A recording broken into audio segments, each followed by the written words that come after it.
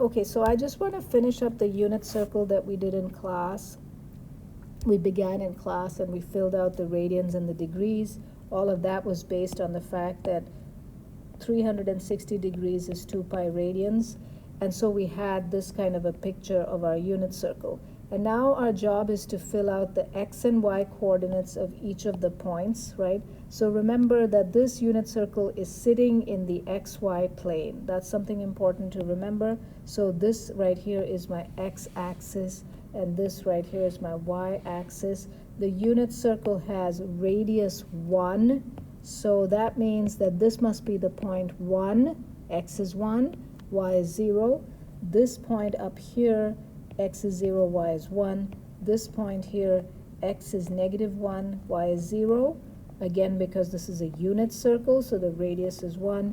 And then down here, I'm going to get that x is 0, y is negative 1. So we already have those coordinates. And let me just say that that tells us already that sine of 0 is equal to 0, and cosine of 0 is equal to 1, right? Same thing for sine of 2 pi. Sine of 2 pi is equal to 0. Cosine of 2 pi is equal to 1.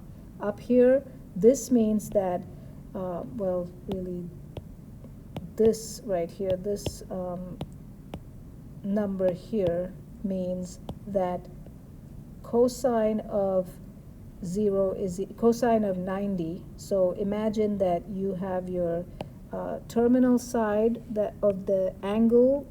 You got to imagine like an angle being swept out for each of these points. So if you're talking about a point P up there, then the angle that's been swept out is 90 degrees, or pi over 2 radians, and the cosine of 90 degrees is 0, and the sine of 90 degrees is 1. If we're over here, and the angle that's been swept out to get to this P is 180 degrees, or pi radians, then the cosine of that is negative 1, and the sine of pi radians is 0. And that's how we read this unit circle. So what about these other values here that we haven't filled out, right? What is, for example, the cosine of 30 degrees and the sine of 30 degrees? In other words, what's the x value of this point P and the y value of this point P? Well, to get that, we have to look at a triangle that's made up out of this point P and our x and y coordinates for the points. So here's my x to get out to that point, here's my y to get up there, and here's the radius of the circle, which is always 1. So I've got a little 30, 60, 90 triangle like that. This is 30 degrees, this is 60 degrees, and this is 90 degrees. And I know that this side is 1. Well, if you look back at our notes from lesson 10.1, you'll see that we figured out that this side has to be 1/2 and this side has to be rad 3 over 2 for that special right angle triangle. And so then if I am saying that my x distance here is rad 3 over 2, that means that the cosine of 30 degrees is rad 3 over 2, and my y distance here is 1/2, and that means that my sine of 30 degrees is 1/2. When I'm at 45 degrees, I can draw another triangle to get up to this point, right? So remember, my angle sweeper, right? One side stays on the, the initial side stays on the x-axis, and I'm talking about if I've swept out this angle and now my angle is 45 degrees, and I'm talking about that point P.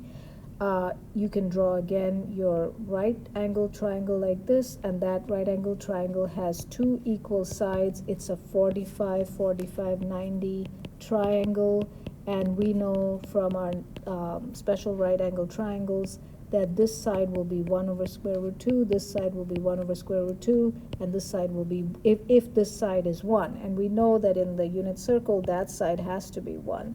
So in other words, I can fill these in. You rationalize the 1 over square root 2 and it becomes rad 2 over 2. And then this last one here is another 30, 60, 90 triangle, except now the x distance is 1/2 and the y distance is rad 3 over 2. So cosine of 60 degrees is 1/2, and sine of 60 degrees is rad 3 over 2. Here, by the way, cosine and sine of 45 degrees are the same, rad 2 over 2.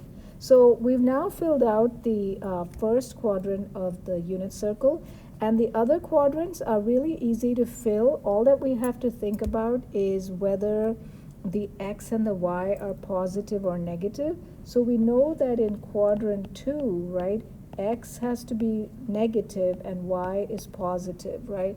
So when we think of this point right here at an angle of 2 pi over 3 radians or 120 degrees, the y distance is going to be positive and the x distance is going to be negative.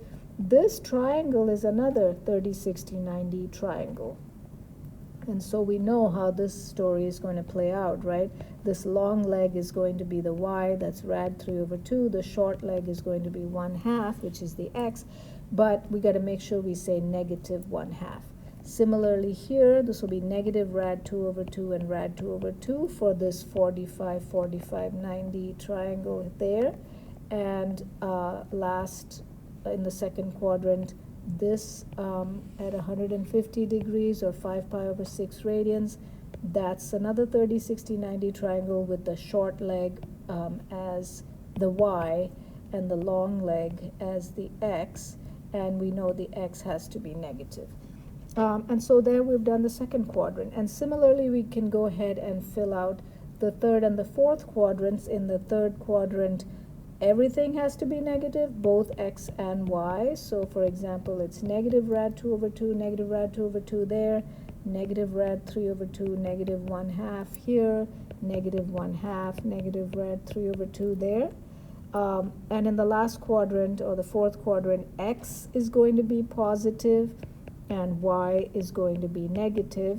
And so that gives us something that looks like this. We have filled out the entire unit circle, and we understand that for any of these points, we can just come to the point and read off obviously the radian and degree measure, but more importantly, the cosine is the first number, and the sine of that angle, cosine of 300 degrees or 5 pi over 3 radians is 1/2, for example, and sine of 5 pi over 3 is negative rad 3 over 2. So I hope that that clarifies or finishes our unit circle explanation. Make sure you fill this out on your template, and we'll pick up from there in next class.